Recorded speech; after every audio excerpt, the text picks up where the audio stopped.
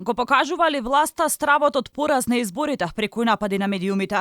Нетранспарентност, дрзок однос кон новинарите, етикетирање, заминување од пресави, судски пресуди против медиумски работници. Ова се само дел од примерите кои може да се забележат последниот период од страна на Ковачевски, неговите министри и коалициони партнери.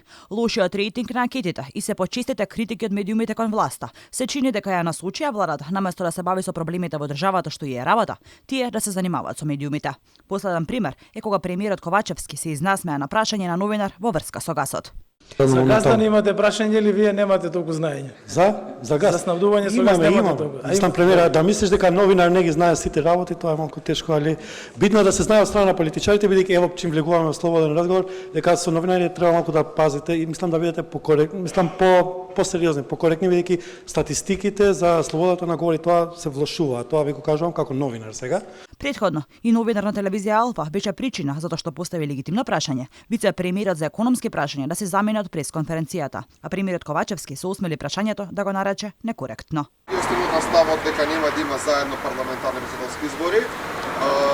Поради високиот цензус во вториот круг има опасност да не успеат председателските избори, а имате договор со Дуи 100 дена задни да бидат Дуи премиер да предложи.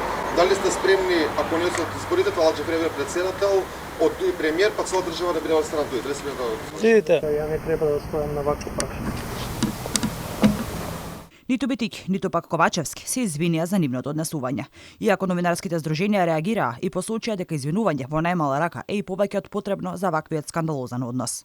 Кон почетокот на годинава, коалициониот партнер на Ковачевски, Ахмети, си даде за слобода дел од медиумите да ги етикетира како антиалбански. Siguris armiqve të shqiptarëve, po duar të rokisin. Alfa, Telma, Melma, Qajon, këto, Alfa. Ковачевски не го осуди ова. Порача дека Ахмети говорел со факти. Сигурно господинот Ахмети таа изјава е дал врз основа на одредени факти и за објаснување ќе треба да го прашате него, бидејќи и за медиумите и јас имам свое лично мислење. Истиот Ковачевски за дел од телевизиите велеше дека личеле на партиски гласила и трговци со енергенци. Во државата има медиум, чија што уредувачка политика повеќе наликува на уредувачка политика на компанија која што тргува со енергенци, а има и медиум кој што уредувачка политика повеќе личи на уредувачка политика на партиски сектор за комуникација. Дека власта ги губи изборите, па прибегнува кон удари врз новинари, се случувало и претходно.